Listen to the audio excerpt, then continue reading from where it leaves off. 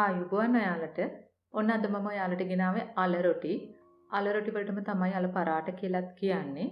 ඉතින් ඔයාලට උදේ කෑමට, රෑ කෑමට, හවස තේ වේලාවට ඉක්මනටම හදාගන්න පුළුවන් හරිම ලේසි දෙයක්.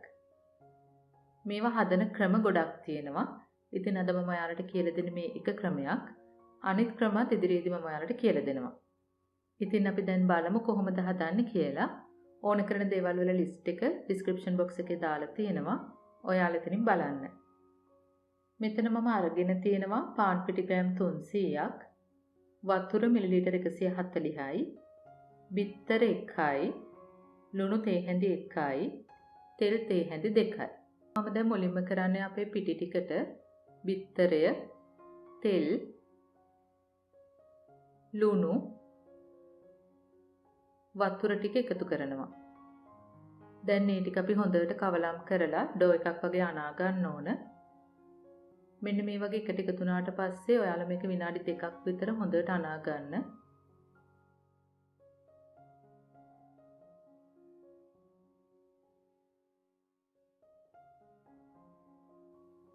ඔයාලා හරියටම මේ වතුර ප්‍රමාණය ගන්න. එතකොට මෙන්න මේ පදමට තමයි ඩෝ එක එන්නේ. මේ ඩෝ එක චුට්ටක් අතේ ඇලෙන ගතියට තියෙනවා. ඒක ගැටලුවක් නැහැ. මෙන්න මේ පදමට තියෙන්න ඕන. එතකොට අල රොටි එක තුනී කරනකොට හරිම ලේසියෙන් තුනී කරගන්න පුළුවන්.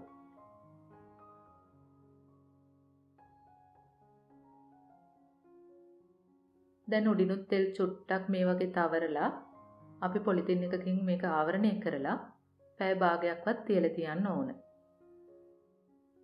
මෙතන මම අරගෙන තියෙනවා leeks ටිකක්, තක්කාලි ගෙඩි භාගයක්, අමු මිරිස් කරල් 3-4ක්, කරපිංච ටිකක්, රම්පෙ ටිකක්, කුරුඳු පොතු කැබැල්ලක්, එන්සල් 3ක්, කරාබුනටි 2ක්, ලොකු රටලුණු ගෙඩියක්, මේ තියෙන මම ගෙදරදිම හදාගත්ත චිකන් සුප් කැට ටිකක්, ලොකු අලගෙඩි 2-3ක්, රස අනුව ලුණු.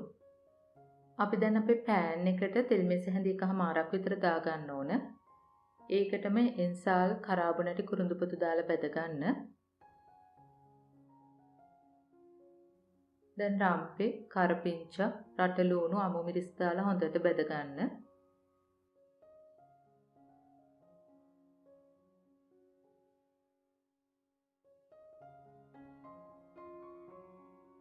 රස අනුව ලුණු එකතු කරගන්න.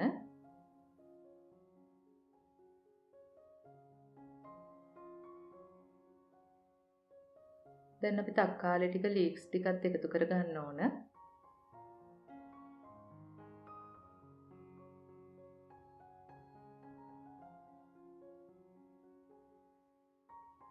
ඒකට මම එකතු කරනවා අපේ 3-5 ටික.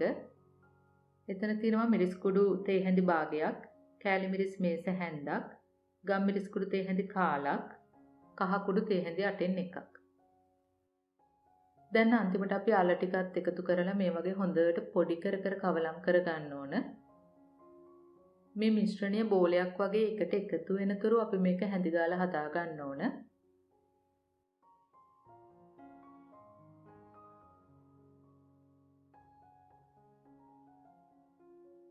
දැන් ඔයාලට පුළුවන් එන්සාල්, කරාබුනටි, කුරුඳු පොතු, රම්පේ වගේ දේවල් අයින් කරගන්න.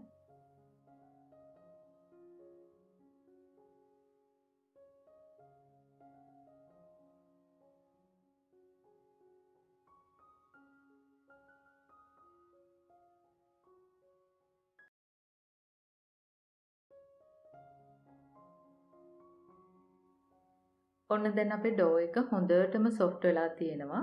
අපි දැන් මේක කොටස් 6කට වෙන් කරගන්න ඕන.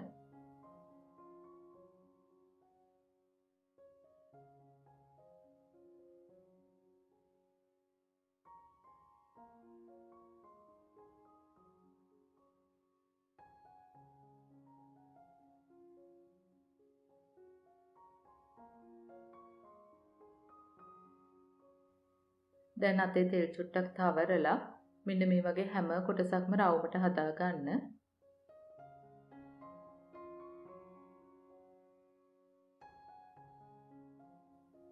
දැන් අපි කරි එකත් කොටස් 6කට වෙන් කරගන්න.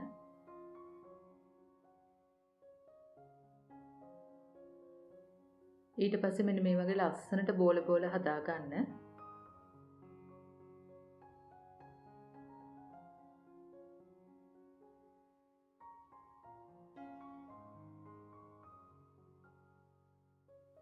දැන් ට්‍රේ එකක් උඩ තෙල් චුට්ටක් තවරලා අපිට ඔය එක තියලා මෙන්න මේ වගේ වටේ විතරක් චුට්ටක් තුනී කරන්න. මැද ටික තුනී කරන්න එපා. එහෙම වුණොත් අපි අල රොටි එක තුනී කරනකොට මැදින් මේක කැඩෙනවා. දැන් ඔයාලට පුළුවන් මේ විදිහට හොඳට කවර් කරගෙන මේ විදිහට අතින් තුනී කරගන්න. මේකම ඔයාලට රෝලින් පින් එකකිනුත් කරගන්න පුළුවන්. හැබැයි ඊට වඩා ලේසි අතින් කරන එක.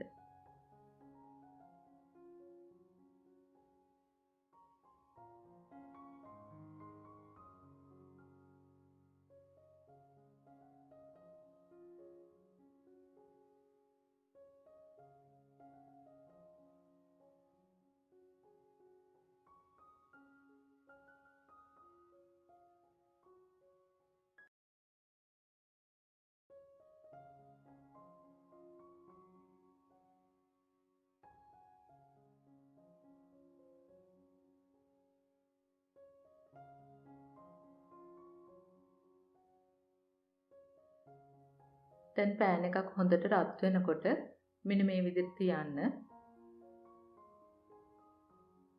ඔයාලා මේක නිතරම දෙපැත්ත හරව හදා ගන්න ඕන. අල රොටි එක හරියට හැදෙන්න නම් මේ වගේ පිම්බිලා එන්න ඕන. පිම්බිලා එනකොට තමයි අල රොටි එකේ මැද හොඳට මෘදු වෙන්නේ. පිම්බිලාවේ නැත්නම් අල රොටිය ඝනට හයියට තමයි එන්නේ.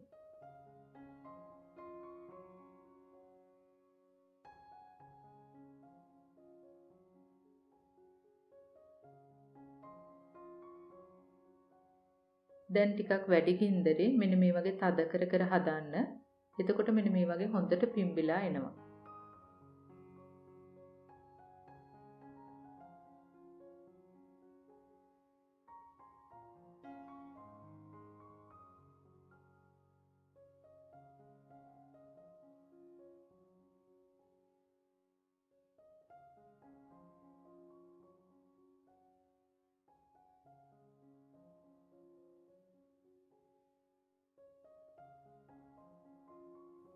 අපි දැන් එකක් කඩලා බලමු කොයි වගේද ඇතුලේ තියෙන්නේ කියලා.